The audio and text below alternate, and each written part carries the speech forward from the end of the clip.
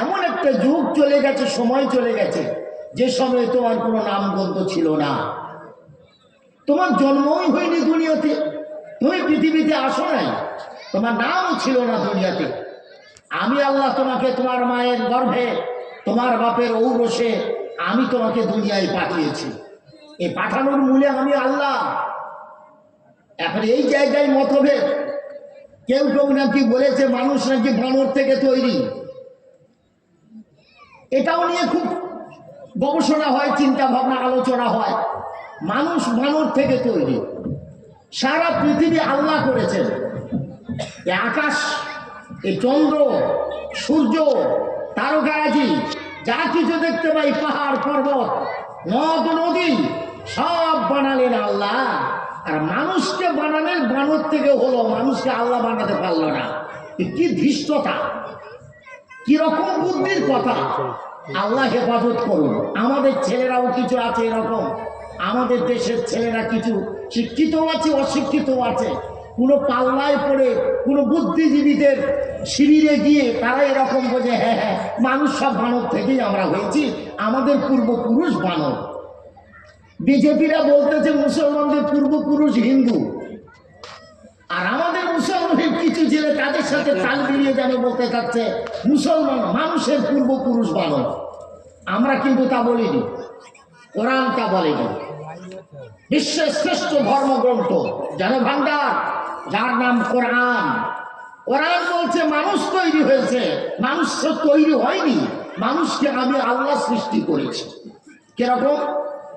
আলাতা আলাল ইনসানি হিনুম মিনাদ দাহরি লাম ইয়াকুনু শাইয়াম মাদকুরা।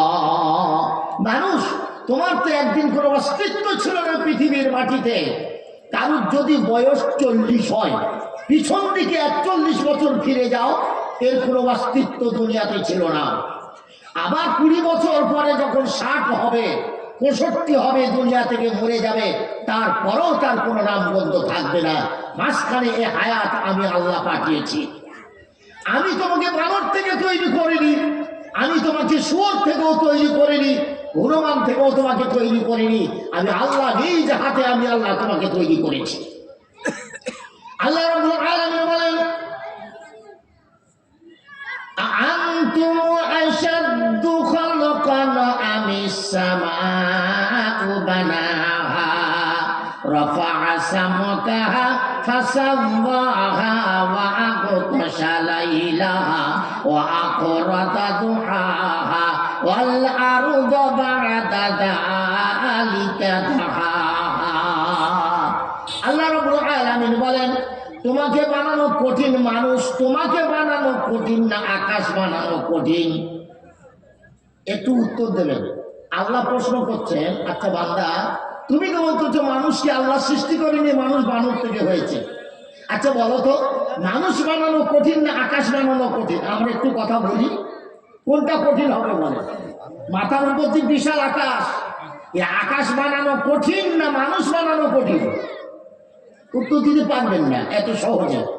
গবেষণা নাই, চিন্তা নাই, দেখেন নাই। আমি বলছি, আল্লাহ এই কথা বলে বলতে চাচ্ছেন মানুষ তোমাকে বানানোর থেকে আকাশ বানানো কঠিন। কেন? রাফা'a সামকাহা ফাসাওয়াহা। তুমি কি দেখোনি তোমার মাথার উপর আকাশটা, আমি বিশাল আকাশটা ভেঙে স্তম্ভে আমি আল্লাহ খাড়া করে রেখেছি। কোনো পিলার নাই, কোনো খুঁটি নাই, কোনো দড়ির দিয়ে বাঁধন নাই, টাওয়ালা নাই, কিছুই নাই। এই আকাশ যদি আমি আল্লাহ তৈরি করতে পারি বিনা স্তম্ভে, বিনা খুঁটিতে, এর থেকেও সহজ হলো তোমার মতন মানুষকে তৈরি করা। তারা আকাশ তৈরি করলেন যে আল্লাহ, 7টা আকাশ, একটা না, সাবআ সামাওয়াতিন তিবাকা, 7টা আকাশ আল্লাহ স্তরে স্তরে স্তরে তৈরি করে রেখেছেন।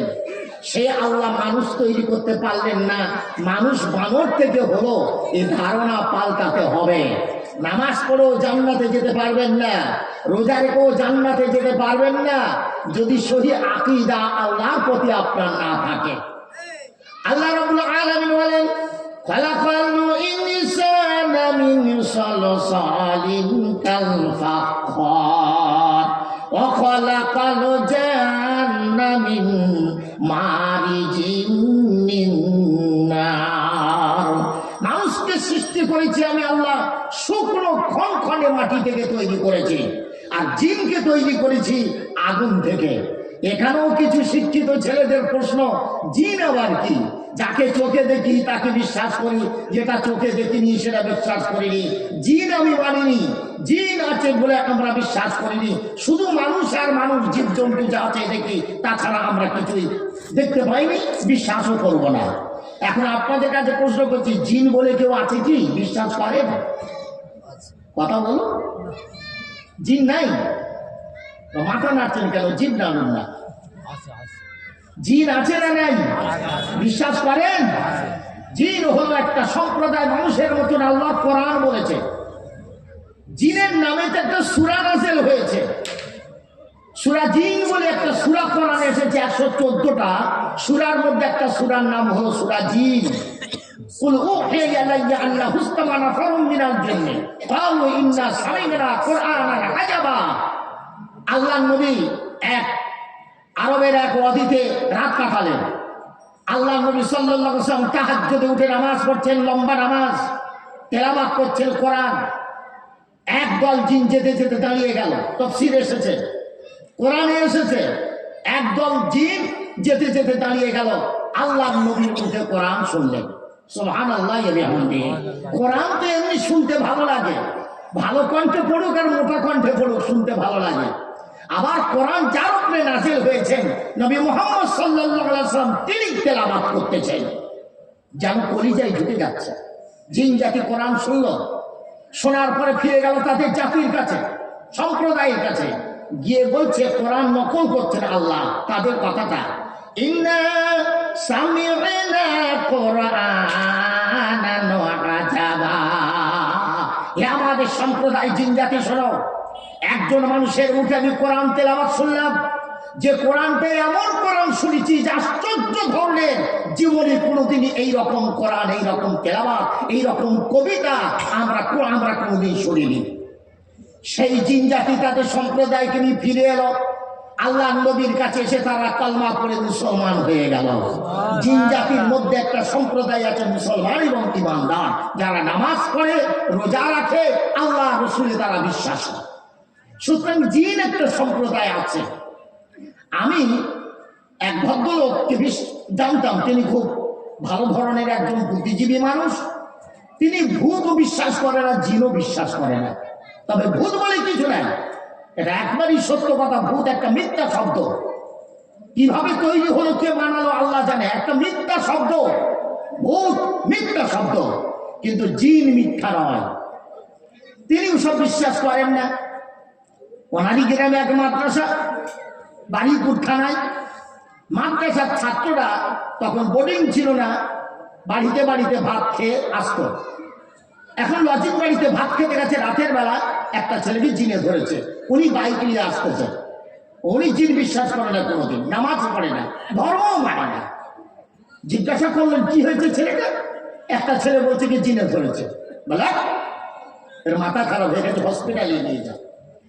উনি নিজেই গাড়ি করে হসপিটালে নিয়ে গেল, কিছু করতে পারলো না। মামা সাহেব ফোন করে বললেন আপনি নিয়ে আসুন, এখানে নিয়ে আসুন। নিয়ে চলে আসলো। হেড মাওলানা বলছে ওকে জিনে ধরেছে। বলো জিন আবার কি? উনি তো কিছুতেই মানতে পারবেন না। তারপরে হেড মাওলানা নিজেই তদবির করতেন। কিছুক্ষণ পরে দেখা গেল ছেলেটা সুস্থ হয়ে গেল। কিছু কালাম পাঠ পড়ার পরে, যেমন করে জিন ছাড়ালে হয়, এই জিন ছাড়ানো কিছু আয়াত টায়াত পড়ার পরে দেখা গেল যে ও জিনটা ছেড়ে গেছে। আল্লাহর বান্দা পুরোপুরি একটা বিশ্বাসে আসলো যে আমার এতদিন যেটা মিথ্যা বলে মনে করেছিলাম, জিন বলে কিছু নাই। যেটা চোখের দিকে সেটা বিশ্বাস করি, যেটা দেখতে পাইনি বিশ্বাস করিনি। জিন তো কোনোদিন দেখিনি, অথচ আজকের বাস্তবে পরিণত হলো। ডাক্তারের ওষুধে হলো না, ইঞ্জেকশনেও ঘুম পাড়াতে পারলো না, কিছুই করতে পারলো না। অথচ কয়েকটা মন্ত্র করে কোরআনের আয়াত করে ফুঁক দিল, আর জিন চলে গেল, সুস্থ হয়ে গেল। আমাদের ধারণা কত খারাপ, কত ভুলের মধ্যে পড়ে আছি এখনো আমরা।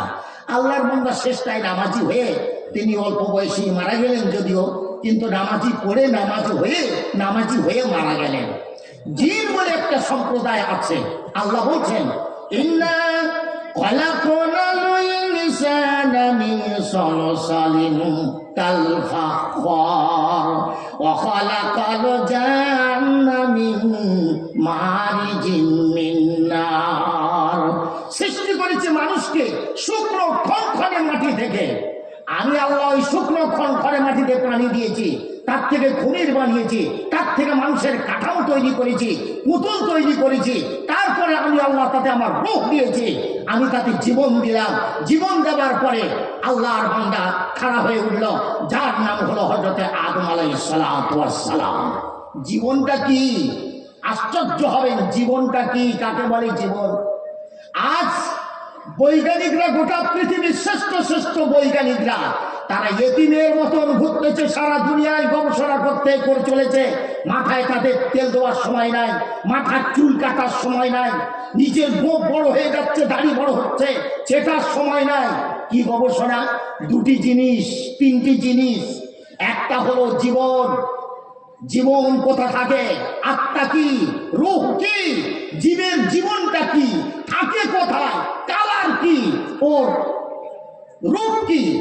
এইটা খুঁজে বার করতে আজও পারলো না। নম্বর 2, আকাশ। ওরা বলে বোম বাম আকাশ, উপরে কিচ্ছু নেই, আকাশ বলে দেখতে পাইনি, আকাশ নেই। অথচ কোরআন বলেছে 7টা আকাশ আছে। বৈজ্ঞানিকরা এখন পাগলের মতন ঘুরতেছে, কোথায় আকাশ, কোথায় দেখবো কোথায় আকাশ। ওই তো চন্দ্র আকাশ পর্যন্ত গেলাম, দেখতে পাচ্ছি তো কোনো আকাশ নাই, কিছুই নাই। না, চন্দ্র তো সব থেকে পৃথিবীর কাছাকাছি গ্রহ। আল্লাহর নবী বলেছেন, আমি আকাশের দরজা আমার জন্য খোলা হয়েছে, আমার পরে আর কারোর জন্য আকাশের দরজা খোলা হবে না। জোরে বলেন সুবহানাল্লাহ। জি, আল্লাহ রাব্বুল আলামিন বলেন, মানুষ সৃষ্টি করেছি মাটি হতে। হযরতে আদম আলাইহিস সালামকে সৃষ্টি করলেন, সৃষ্টি করে জান্নাতে রাখা হলো, কোনো বাধা নাই, বিপত্তি নাই, কিছুই নাই। হঠাৎ আদম জান্নাতে থাকে, জান্নাতে ঘোরাফেরা করে, আনন্দে খাওয়া দাওয়া করে, কোনো চিন্তা নাই। হঠাৎ আদমের একদিন হঠাৎ সকালবেলা দেখলাম হঠাৎ আদমের মন খারাপ, মাথাটা গুঁজে বসে আছে। আল্লাহ রাব্বুল আলামিন বললেন, আদম, কিসের তোমার চিন্তা, টেনশন বলো? কেন তুমি এমন অবস্থায় জান্নাতে বসে আছো? টেনশন কি? তোমার মন খারাপ কেন? হঠাৎ আদম আলাইহিস সালাম বলেন, কবিতার ভাষায় বলছেন,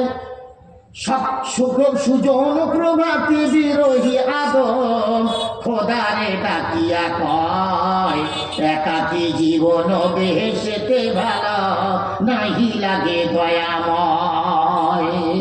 এই সে আদম। মানুষ সৃষ্টি হলো মাটি থেকে, আল্লাহ করেছেন। সুতরাং এই মানুষকে আল্লাহর বিধান মতে চলতে হবে, কোনো মানুষের বিধান নিয়ে নয়। মানুষের বিধান নিয়ে যদি চলো, এই দুনিয়াতে তোমার খেসারত দিতে হবে, কবরেও তোমার খেসারত দিতে হবে, আখিরাতেও তোমার খেসারত দিতে হবে। আল্লাহ রাব্বুল আলামিন তা বিধান বলে দিয়েছেন। মানুষ চলবে আল্লাহর বিধানে, আল্লাহর হুকুমে। আল্লাহ নবী বলেছেন, আমি যার যে পথ এনেছি আর আমার সাহাবারা যে পথে চলেছেন, এই পথ হলো মানুষের পথ। কিয়ামত পর্যন্ত আনেওয়ালা মানুষের পথ হলো শান্তির পথ, হলো এই পথ। মানুষ শান্তির জন্য যত পথ নিয়েছে, কোনো পথে শান্তি পায়নি। আজকে তা পরিষ্কার হয়ে গেছে। 70 বছর রাশিয়াতে একটা ইজম চললো, একটা মত চললো। 70 বছর পরে রাশিয়ার মানুষ তারা বলল, এ পথে আর শান্তি নাই, আমাদের মসজিদ ফিরিয়ে দাও, আমাদের মাদ্রাসা ফিরিয়ে দাও, আমাদের গির্জা ফিরিয়ে দাও, আমাদের বুদ্ধ বিহার ফিরিয়ে দাও, আমাদের শান্তি আর এ পথে নাই। 70 বছর পরে মানুষ সমস্ত কিছু হেরিয়ে ছিল, সব আবার বলল ফিরিয়ে দাও। মসজিদের দরজা খুলে দেওয়া হলো, মাদ্রাসার দরজা খুলে দেওয়া হলো, গির্জার দরজা খুলে দেওয়া হলো, বৌদ্ধ বিহারের দরজা খুলে দেওয়া হলো। কারণ মানুষ আল্লাহর পথ ছাড়া নতুন পথে কোনো শান্তি নাই। আল্লাহর কোরআন বলছে, আল্লাহ রাব্বুল আলামিন বলেন, এই পৃথিবীর কেউ যদি নতুন করে কোনো পথ গ্রহণ করে, আল্লাহ রাব্বুল আলামিন তার পথ কোনোদিন কবুল করবে না, কখনোই কবুল করবে না। পৃথিবীতে যত পথ এসেছে ইসলাম ছাড়া, সব পথ হলো আল্লাহর মনোনীত পথ নয়। সুতরাং আল্লাহ রাব্বুল আলামিন একটাই পথ, মনোনীত পথ করেছেন, যার নাম হলো ইসলাম। আল্লাহ রাব্বুল আলামিন বলেন, আল-ইয়াউমা আকমালতু লাকুম দীনাকুম ওয়া আতমামতু আলাইকুম নি'মাতি ওয়া রাদিতু লাকুমুল ইসলাম দীনা। আমি আমার রাসূলকে দিয়ে মানুষের শান্তির পথ আমি পরিপূর্ণ করে দিয়েছি। এ মানুষ, আমি শেষ নবী মুহাম্মদ সাল্লাল্লাহু আলাইহি ওয়াসাল্লামকে দিয়ে তোমাদের শান্তির পথ আমি পরিপূর্ণ করে দিয়েছি। আমার মকবুল পথ, আমার মনোনীত পথ, এই পথ যদি তুমি নিতে পারো তাহলে তোমরা হবে কামিয়াব হবে। এই পথ যদি না নাও তাহলে কামিয়াব হতে পারবে না। কোরআনের প্রথম আয়াত হলো ইকরা বিসমি রাব্বিকাল্লাযী খালাক, শিক্ষার ব্যাপারে। আর কোরআনের সবথেকে সর্বশেষ আয়াত হলো আল্লাহ রাব্বুল আলামিন দ্বীনের ব্যাপারে বললেন, দ্বীনকে পরিপূর্ণ করে দিয়েছি এবং দ্বীনকে আমি কবুল করে দিয়েছি। গোটা পৃথিবী ইসলামের বিরুদ্ধে, গোটা দুনিয়া মুসলমানের বিরুদ্ধে, যত মুসলমানের বিরুদ্ধে লাগুক, যত ইসলামের বিরুদ্ধে লাগুক, কত মসজিদ ভাইবে ঠিক, মাদ্রাসা ভাইবে ঠিক, হ্যাঁ পীরের আস্তানা ভাইবে ঠিক, কিন্তু দেখা যাবে দ্বীন মারতে পারবে না, দ্বীন বেঁচে থাকবে। কারণ দ্বীনকে হেফাজত করার দায়িত্ব কিয়ামত পর্যন্ত স্বয়ং আল্লাহ নিয়েছেন। জোরে বলেন সুবহানাল্লাহ। মসজিদ ভাইনি, এ ভাইরা কথা বলেন, মসজিদ ভাইতে যেন ভাইনি, ভাইছে। মাদ্রাসা ভাইনি, মাদ্রাসা বন্ধ করেনি। আমাদের ইন্ডিয়ার মুখের কথা বলো, আমরা বাইরের কথা বলিনি। মাদ্রাসা ভাইছে, মসজিদের মিনার ভাইতেছে, মুসলমান দাঁড়িয়ে দাঁড়িয়ে কাঁদতেছে, কথা ধরেছে, পিটিয়ে রক্ত বার করেছে, মাথা ফাটিয়েছে, আমরা সোশ্যাল মিডিয়ায় দেখতে পাচ্ছি। বাবরি মসজিদের কথা এত দূর, যেখানে কোনো মুসলমান ছিল না, ছেড়ে দাও বাবরি মসজিদের কথা। হাজার হাজার মুসলমানের বাড়ি, গ্রাম গঞ্জের উপরে মুসলমান, পাড়াতে গ্রামের উপরে তিনতলা চারতলা মসজিদ বুলডোজার দিয়ে যখন ভাঙতেছে, মুসলমানদের কলিজা ফেটে যাচ্ছে, চোখে পানি ঝরতেছে। এই অবস্থা আজ চলতেছে। আসামে আর একটাও সরকারি মাদ্রাসা যা দিয়েছিল সব মাদ্রাসা বন্ধ করে দিয়েছে। এতে কি ইসলাম মিটে যাবে? কথা বলতে পারছেন না। আমি বলি এতেই কি ইসলাম মিটে যাবে? অসম্ভব কথা। এই করে ইসলাম মেটানো সম্ভব নয়। কেন? আল্লাহ রাব্বুল আলামিনের ওয়াদা। কি ওয়াদা? আল্লাহ রাব্বুল আলামিন বলেন, ইউরিদুনা লিইউতফিউ নূরাল্লাহি বিআফওয়াহিহিম ওয়াল্লাহু মুতিম্মু নূরিহি ওয়ালাউ কারিহাল মুশরিকুন। আল্লাহ রাব্বুল আলামিন বলেন, ইসলাম মিটিয়ে দেওয়ার জন্য চিন্তা করেছো, মুসলমানদের দুনিয়া থেকে মিটিয়ে দেওয়ার চিন্তা নিয়েছ। আল্লাহ রাব্বুল আলামিন বলে, আমি ওয়াদা করেছি, শোন, তোমরা চতুর্মুখে ফুল দিয়ে ইসলামের আলো মিটিয়ে দিতে চাও, আর আমি আল্লাহ আমার কুদরতে কোরআনের আলো, ইসলামের আলো গোটা পৃথিবীর আনাচে কানাচে পৌঁছে দিতে চাই। তার কথা সত্য হবে, তার কথা সত্য হবে। জি, ওই যে বাবরি মসজিদ ভাঙার সময় সব থেকে যে বুদ্ধি দিল, প্ল্যান দিল, পরিকল্পনা দিল, তার নাম হলো এলকে আদবানি, যার নাম আজ আর শোনা যায় না। পার্টি থেকে তাকে আউট না করলেও কিন্তু কোনো জায়গায় নেই, কোনো জায়গায় নেই। এটাও একটা বিউজ্জতি আল্লাহর তরফ থেকে। এলকে আদবানি বলেছিল, জিন্দেগিতে ভারতের ক্ষমতায় তোমরা আসতে পারবে না। এই বিজেপি, আরএসএস, তোমরা যদি ক্ষমতায় আসতে চাও, একটাই প্ল্যান, সেটা হলো এই বাবরি মসজিদ ভাঙো, রাম মন্দির বানাও, তাহলে হিন্দুদের মত পাবে আর তোমরা ক্ষমতায় আসতে পারবে। বুদ্ধি দিল, কিন্তু আল্লাহ বলেন, তুই বুদ্ধি দিস কিন্তু তোকে ক্ষমতায় দেবে না, তোকে বিউজ্জতি করবে। আজ বিজেপি কত বড় বিউজ্জতি এলকে আদবানিকে করেছে, যার নাম খবরের কাগজে বছর পর বছর দেখা যায় না, কোনো জায়গা দেয় না আদবানিকে। আদবানি পরামর্শ দিল, মসজিদ ভাঙার পরিকল্পনা দিল, ক্ষমতায় আসার পরিকল্পনা রাস্তা দিল, দিক নির্দেশনা দিল। আল্লাহ বলেন, শোন, উমর গেছিল তার বোনকে হত্যা করতে আর বোনাইকে হত্যা করতে, আমি কলমা পড়িয়ে আল্লাহ নবীর পায়ের কাছে লুকিয়ে ফেলে দিয়েছি। আমি সেই আল্লাহ। তুই আমার মসজিদ ভাঙার পরিকল্পনা দিই, তোকে তো বিউজ্জতি করবো, কেন জায়গা পাবি না। আর তোর বাড়ির মেয়েকে মুসলমান বানিয়ে আমি মুসলমানের ছেলের সাথে বিয়ে দিয়ে গোটা দুনিয়ায় আমি আল্লাহ তোকে বুঝিয়ে দেবো শত্রুতা করেছিস তুই, তোর ঘরেতে আমি ইসলাম ঢুকিয়ে দিয়েছি। জোরে বলেন সুবহানাল্লাহ। আদবানির ভাইজি, তার নাম হলো রোশনা আদবানি। তিনি শিক্ষিত মেয়ে, তিনি ইসলাম কবুল করলেন। বোম্বে একটা মুসলমানের ছেলেকে বিয়ে করে তার সংসার করছে আজও। আজ যে কলম পত্রিকা আমরা পাই প্রতিদিন দৈনিক, এটা ছিল তখন সাপ্তাহিক।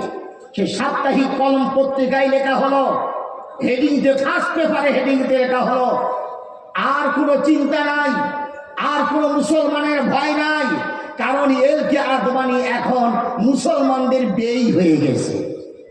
ভাইজি যখন মুসলমানের ছেলেকে বিয়ে করেছে, এই সুবাদে বলছে এলকে আদবানি মুসলমানদের বেই হয়ে গেছে। ইসলামের শত্রুতা করবে যারা, আল্লাহ দেখিয়ে দিয়েছে যুগে যুগে আল্লাহ তাদের ঘরে ইসলাম ঢুকিয়েছে, ইসলামকে বলবাদ রেখেছে। মক্কার মানুষরা প্রশ্ন করলো আল্লাহ নবীকে, নবী রাতের বেলা কোরআন পড়ে, কোরআন পড়ে যখন নামাজ পড়ে কোরআন পড়ে, যারা শোনে দূর থেকে এত মধুর কোরআনের আওয়াজ, কলমা পড়ে মুসলমান হয়ে যায়। মক্কার সব মাথা মাথা লোকগুলো বসে পরামর্শ করলো, মিটিং করলো, ইসলাম রাখতে পারবে না, বাপদাদার ধর্ম রাখতে পারবে না, মোহাম্মদ একাই সব ধর্মের মানুষগুলো আমাদের সব লোকগুলোকে ও সব কলমা পড়ি মুসলমান করে নেবে। তাহলে কি রাস্তা? বলে একটা রাস্তা আছে, যখন মোহাম্মদ কলমা কোরআন পড়বে, মুসলমানরা যখন কোরআন পড়বে, এই কোরআনের আওয়াজ যেন আমাদের বাচ্চা, আমাদের নারী, আমাদের পুরুষদের কানে যেন না পৌঁছায়। তাহলে কি করতে হবে? বলে যখন ওরা কোরআন পড়বে তোমরা তখন চেঁচাবে, ছেলেদের নিয়ে যে শুধু চেঁচাবে, যাতে কোরআনের আওয়াজ তোমাদের কানে না পৌঁছায়। কোরআনের আওয়াজ কানে ঢুকলো তো সে কলমা পড়ে মুসলমান হয়ে গেল। সুবহানাল্লাহ। ভাবুন কোরআনের কি ক্যাসেট, ভাবুন কোরআনের মধ্যে কি টান, কি আকর্ষণ, কানে ঢুকে যত কলমা পড়ে মুসলমান হয়ে যাচ্ছে। 14 পুরুষের কাফের, 14 পুরুষের বেধর্মী, আল্লাহ মানে না, আল্লাহ নাম জানে না, কোরআন শুনেছে তো কলমা পড়ে মুসলমান হয়ে যাচ্ছে। এই অবস্থায় সব পরামর্শ করলো, মুসলমানরা যখন কোরআন পড়বে তখন তোমরা কি করবে? তখন চেঁচাবে, চেঁচিয়ে মেচিয়ে কোরআন যাতে কানে না পৌঁছায় এই ব্যবস্থা করবে। কোরআন বলছে, আল্লাহ রাব্বুল আলামিন বলেন, ওয়াগাউ ফীহি লাআল্লাকুম তাগলিবুন। মক্কার নেতারা পরামর্শ করলো, যখন মুসলমানরা কোরআন পড়বে, ওই কোরআন পড়ার আওয়াজ তোমাদের কানে যাতে না পৌঁছায়, সেজন্য তোমরা জোরে জোরে চেঁচাবে, ওই কোরআনের আওয়াজ তোমাদের কানে পৌঁছাবে না, আর তোমরা মুসলমান হবে না। পরামর্শ করলো, কিন্তু দেখা গেল এই কোরআনের আকর্ষণে দলে দলে কলমা পড়ে মুসলমান হয়ে যাচ্ছে। যে উমর পরামর্শ দিল, এই উমর একদিন রাস্তা দিয়ে যাচ্ছে নবীর মাথা কাটার জন্য। রাস্তায় দেখা হলো এক সাহাবী, জিজ্ঞাসা করলেন, ভাই উমর, এই প্রখর রোদে মানুষ ঘর থেকে বের হয় না, তুমি তলোয়ার খালি দিয়ে কোথায় যাও এদিকে মাথা নিচু করে? উমর বললেন, ওই যে আপদ, যার কাছে আমাদের বাপদাদা ধর্ম ছেড়ে মুসলমান হয়ে যাচ্ছে, ওই মুহাম্মাদের মাথা কাটতে যাচ্ছে। সাহাবীটি তখন লুকিয়েছিলেন, এখনো প্রকাশ করে নিজের ইসলাম। বললেন, ভাই ওমর, মুহাম্মাদের মাথা কেটে কোনো লাভ হবে না, তুমি ঘরের বিচার করো আগে। তোমার ভাই, তোমার বোন আর তোমার বোনের কলমা পড়ে মুসলমান হয়ে গেছে। ওমর থাকে তো যায় কোথায়, দাঁড়িয়ে গেল, দাঁড়িয়ে কল তরবারটা ঘুরিয়ে নিয়ে চলেছে বুনাইয়ের বাড়ি, বোনের বাড়িতে। প্রখর রোদ, দরজা জানালা দিয়ে বোন আর বোনাই নতুন মুসলমান, আর একজন মুসলমান সাহাবার কাছে কোরআন তেলাওয়াত শিখতেছে।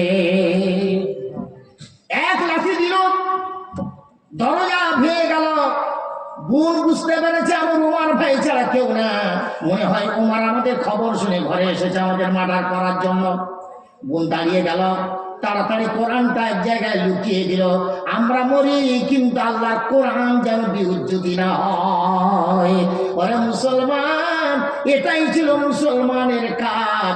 আমি মরবো, আমি বিউজ্জতি হব, আল্লাহর দিনকে বিউজ্জতি হতে দেবো না, ইসলামকে বিউজ্জতি হতে দেবো না, মসজিদে বিউজ্জতি হতে দেবো না, কোরআন বিউজ্জতি হতে দেবো না। আমি মুসলমান, আমি মাথা দিতে পারি, টুপি দিতে পারি না। আমি মুসলমান, আমি মাথা দিতে পারি, কিন্তু মাথা থাকবে, মাথা টুপি খুলে দেব, এটা আমার দিয়ে সম্ভব নয়। ভারতবর্ষের পতাকার একটা ইজ্জত আছে। ভারতবর্ষ শুধু নয়, পৃথিবীর যত রাষ্ট্র আছে সব রাষ্ট্রের এক একটা পতাকা আছে, আছে না? না, এই রাষ্ট্রীয় পতাকার মর্যাদা অনেক বেশি। প্রধানমন্ত্রী, প্রেসিডেন্ট, তার থেকেও এই রাষ্ট্রীয় পতাকার মর্যাদা অনেক বেশি। আমাদের মাথার থেকে টুপির দাম বেশি, আমাদের জীবনের থেকে কোরআনের ইজ্জত বেশি, আমাদের জীবনের থেকে মসজিদের দাম বেশি। আমি 50 লক্ষ টাকা খরচ করে বম্বে কাটিং ঘর করেছি, আর একটা মাটির মসজিদ আমার পাশে আছে। আমার ঘরের থেকে মাটির মসজিদের দাম অনেক বেশি। এটা যদি না বুঝতে পারি, আমি এখনো পর্যন্ত বুঝতে পারিনি, কিছুই বুঝতে পারি, দুনিয়ার কিছু বুঝতে পারি। সুতরাং আজ গোটা পশ্চিম বাংলায় আর 44 বছর আমার জীবনে যত জায়গায় গেছি, আর আমার জেলা সবই দেখতে পাচ্ছি কি মসজিদের কালেকশন করার জন্য, মাদ্রাসার কালেকশন করার জন্য দুটো বক্তা এনে একটা জলসা দিতে হয়। জলসা দিয়ে সেইখানে সুন্দর সুন্দর বক্তৃতা করে মনকে গলিয়ে পকেট থেকে টাকা বার করে মসজিদ বানানো হয়। কথাটা ঠিক বলছি না ভুল বলছি? আমি আমার ঘরের জন্য চাঁদা তুলিনি, আমি আমার ব্যক্তিগত দোকান করার জন্য কিন্তু চাঁদা তুলিনি, তখন কিন্তু কাউকে বলতে হয়নি। আর মসজিদ করার সময় 500 ঘর মুসলমানের বাস, একে মৌলবি এনে কালেকশন করে দাউগো করে জান্নাতে বাবা চাচাকে ঢুকিয়ে মসজিদের কালেকশন করে মসজিদের উন্নতি করতে হয়। এর থেকে লজ্জার কথা আর কি হতে পারে? আচ্ছা, আমি আপনাকে জিজ্ঞাসা করি, কথাটা আমি ঠিক বলছি না ভুল বলছি? আগে সাপোর্ট করুন, আগে বুঝুন জিনিসটা। আমি ঠিক বলছি না ভুল বলছি? বুঝতেও পারলেন না? আরে কেন কালেকশন করতে হবে? মসজিদ আমার সম্পদ, এটা হলো জাতীয় সম্পদ। আমার ঘরের থেকে, আমার জীবনের থেকে আল্লাহর ঘর মসজিদের দাম বেশি। আমি যদি ঘর পিছু মাথা পিছু 1000 করে টাকা বছরে, কত টাকা চলে গেল কত দিকে? 1000 টাকা আমার বরাদ্দ রইল, অমুক তারিখে অমুক মাসে আমি দিয়ে দেবো ইমামের হাতে, ক্যাশিয়ারের হাতে, কমিটির হাতে, সেক্রেটারির হাতে, এটা আমরা দেবো। এইটা যদি আমরা দিই, তাহলে জলসায় বক্তা এনে কালেকশন করতে হবে কেন? আমি এইটা বোঝাতে চাচ্ছি। আপনি তো দেবেন, কিন্তু এই পদ্ধতিতে কেন? আপনি নিজ দায়িত্বে দেবেন না কেন? আমি এতটুকু বোঝাতে চাইছি। আমি বলছি না জায়েজ করেছেন, আমি বলছি হারাম করেছেন, আমার গ্রামে হয়, কিন্তু আমি বলছি এই পদ্ধতিতে ছেড়ে ওই পদ্ধতিতে হবে না কেন? আপনি নিজ দায়িত্বে দেবেন না কেন? মসজিদ তো বানাতেই হবে, মসজিদ তো আমাদের জাতীয় সম্পদ, জাতীয় ঘর। সুতরাং এই পদ্ধতি ছাড়তে হবে। কবে ছাড়বে তা বলতে পারবো না, এটা কিন্তু ঠিক না। আমার মনে হয় পশ্চিম বাংলা ছাড়া আর কোনো জায়গায় যে মসজিদের জন্য এরকম কালেকশন করতে হয়, চাঁদা তুলতে হয়, দাউগো করে, আমার মনে হয় কোনো জায়গায় নাই। যা, যে কথা বলতেছিলাম, কি বলতেছিলাম? দিন হলো আল্লাহর মনোনীত ধর্ম পৃথিবীর ইসলাম। সূর্য যতদিন উঠবে ডুববে ততদিন ইসলাম থাকবে, আর কোন ধর্ম থাকবে না, থাকবে না, থাকবে না। তার আগে সব ফিনিশ হয়ে যাবে। যারা বলে ঘর অপসি, ঘরে ঢুকে পড়ো, তার মানে কি? তুমি মুসলমান হিন্দু থেকে হয়েছ, তুমি ছিলে হিন্দু, তুমি মুসলমান হিন্দু থেকে মুসলমান হয়েছ। ঘর অপসি, এখন আমাদের সময় এসেছে, নতুন করে হিন্দু জাগরণ হয়েছে, হিন্দু ধর্মের জাগরণ হয়েছে। এখন তোমরা সব হিন্দু ঘরে ঢুকে পড়ো, আবার হিন্দু হয়ে যাও। আমি জালালউদ্দিন তাদের জন্য বলবো, যদি ঘর অপসি হয় তাহলে একটু চিন্তা করে দেখি কোন ঘরে ঢুকবো। আমি মুসলমান হিন্দুর ঘরে ঢুকবো, খ্রিস্টান হিন্দুর ঘরে ঢুকবে, ইহুদি খ্রিস্টানের ঘরে ঢুকবে, না মুসলমান ইসলামের ঘরে খ্রিস্টান হও, ইহুদি হও, মাজুসি হও, হিন্দু হও, সব ইসলামের ঘরে মুসলমানের ঘরে ঢুকতে হবে। যদি বলেন কি করে, আসুন ধর্মগ্রন্থ নিয়ে আলোচনা করি। আপনার কথা আমি মানব না, আমার কথাও মানতে হবে না। আসুন ধর্মগ্রন্থ নিয়ে আলোচনা করি। সারা পৃথিবীতে যিনি প্রথম এসেছেন, হিন্দু ধর্ম বেদ বলেছে তার নাম হলো আদম, তার স্ত্রীর নাম হলো হব্ববতী। বেদের ভাষায় আদম ও হব্ববতী, আদম এবং হাওয়া দুজন আসলেন পৃথিবীতে। তাহলে তুমি হাওয়া, মা হাওয়া এবং বাপ আদমের সন্তান। তিনি ছিলেন মুসলমান, তিনি শুধু মুসলমান ছিলেন না, তিনি ছিলেন আল্লাহর নবী। কথাটা ঠিক বলছি না ভুল বলছি? আদম আলাইহিস নবী ছিলেন না ছিলেন না? নবী, নবী মানে মুসলমান। তাহলে তুমি মুসলমানের ছেলে, তুমি ঘর থেকে বেরিয়ে গেছো, তুমি কুপুত্র হয়েছো, শ্বশুরকে আব্বা বলে শ্বশুর বাড়ি আছো, ঘরে ফেরো, মুসলমান হয়ে ঘরে ফেরো।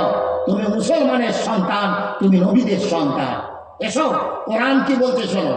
খলাকাহু ফাকাদ্দারাহু সুম্মাস সাবিলা ইয়াসসারা সুম্মা আমাতাহু ফাআকবারাহু সুম্মা ইযা শাআ আনশারা। সৃষ্টি করেছি তোমার মায়ের গর্ভে, যা কিছু দেওয়ার আমি তোমার মায়ের গর্ভে সব পরিপূর্ণতা করে দিয়েছি। তারপরে তোমার মায়ের পেট থেকে তোমার সময় মতন বার করলাম, তোমার মায়ের সংকীর্ণ পথকে প্রশস্ত করে আমি আল্লাহ তোমাকে দুনিয়ার বিচার আনলাম। সৃষ্টি করেছেন আল্লাহ। কি করে সৃষ্টি করলে? আল্লাহ বলে সৃষ্টি করেছে আমি। সৃষ্টি করার পরে আমি আল্লাহ তোমাকে পাঠালাম, আমি আল্লাহ যা দেওয়ার সব দিয়েছি। খলাকাহু ফাকাদ্দারাহু